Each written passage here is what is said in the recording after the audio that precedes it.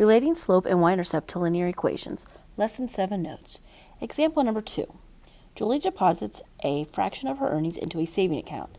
The line graph below shows the total savings in her account based upon her earnings. Write an equation for the line. In order to write an equation, there's two things we must find. We must find the slope and the y-intercept. Slope and the y-intercept. Flip your page and go to the top and write that down. So again, you're writing at the right above example 3 on the next page what I just highlighted, that right there.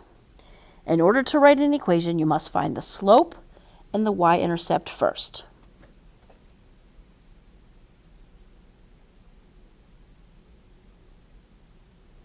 Because we're going to write equations in the form of y equals mx plus b. We're going to write it in slope-intercept form. Okay.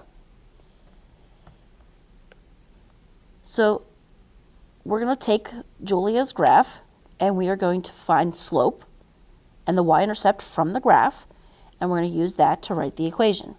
Well, I'm going to show you two different ways to find the slope. The first way to find the slope is to use 2 points. So we're going to use this point here and this point here. The ordered pair for the point down here is 50 and then 20. So 50, 20 is the ordered pair for that point. And these lines are going by tens. So this would be 100 in here. So the next point is 140. So 140. Now, we did this in the last lesson. We did this in the proportional relationships lesson. Given 2 points, you find the slope, knowing that this is x1, y1, x2, y2. So again, the first way we are going to find the slope is to use 2 points. Take a moment, pause your video, and write that down.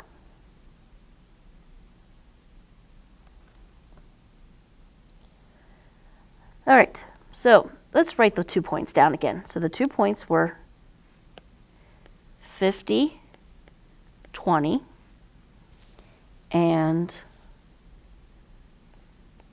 140. So again, this was x1, y1, x2, y2. We're going to plug that information in here and solve for the slope. Okay. y2 is that right there, so y2 is 40, minus y1 is 20. On the bottom, we have x2, which is 100, minus x1, which is 50.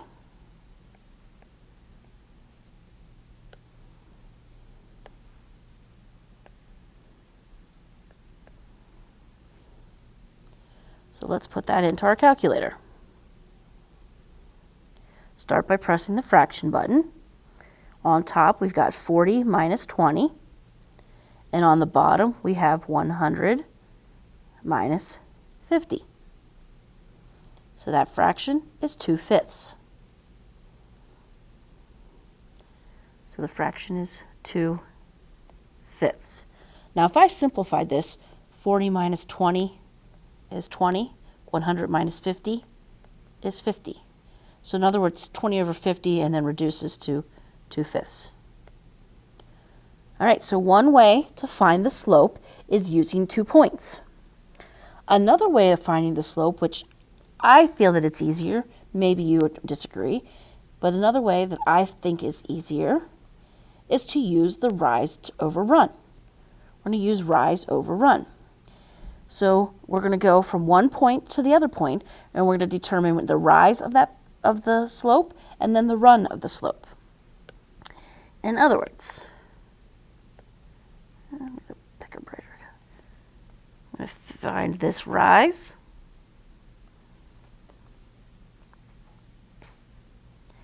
and this run.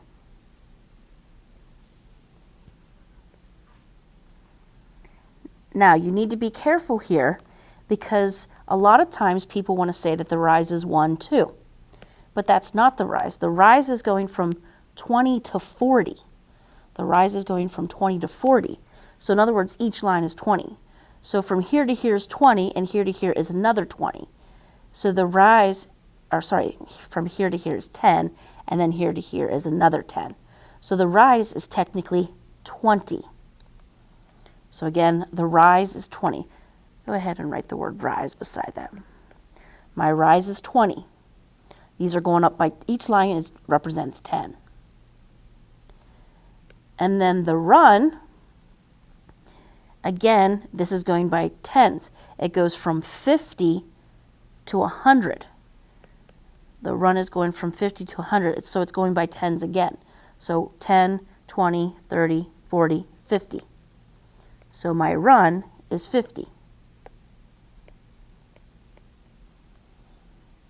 So as long as you're careful and make sure you're just not counting 1, 2, and then 5 over.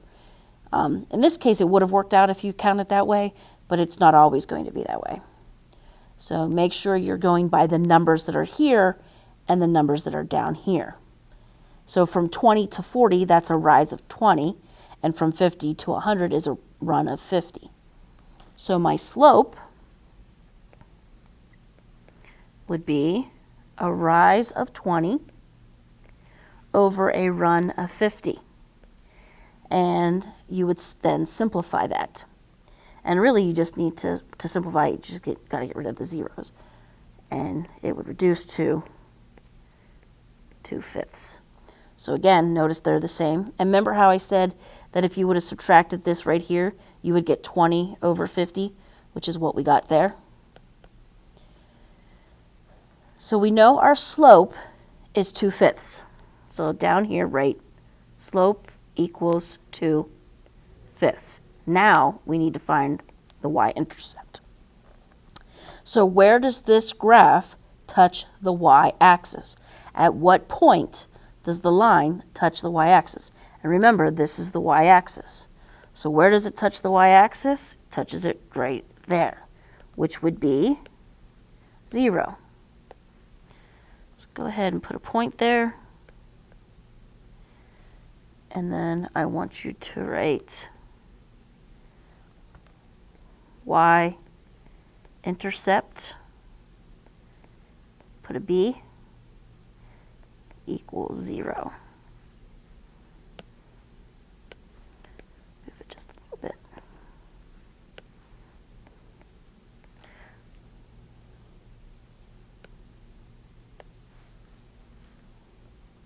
So our y-intercept is 0. All right, so we're going to take that information and we're going to plug it in to this equation.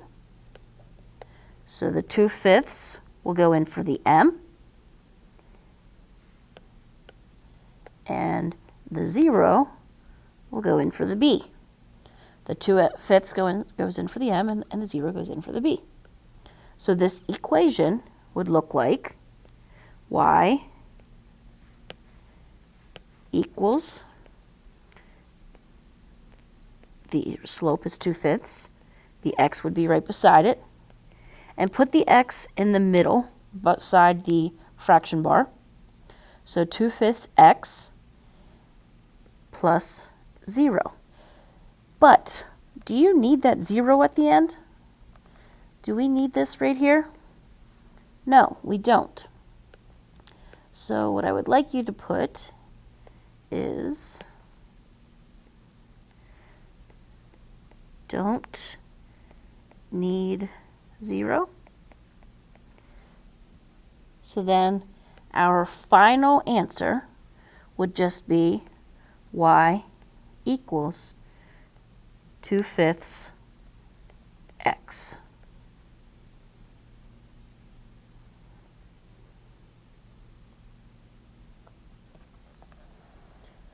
So again, we don't need the 0, so we just drop it and put y equals 2/5 x.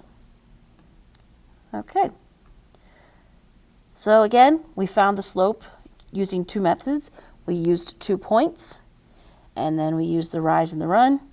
On the next equations, you'll find that using the rise and run is very easy. A little easier maybe than on this one, but that's what I feel is the easier way of doing it. If you have any questions about example number 2, please do not hesitate to ask.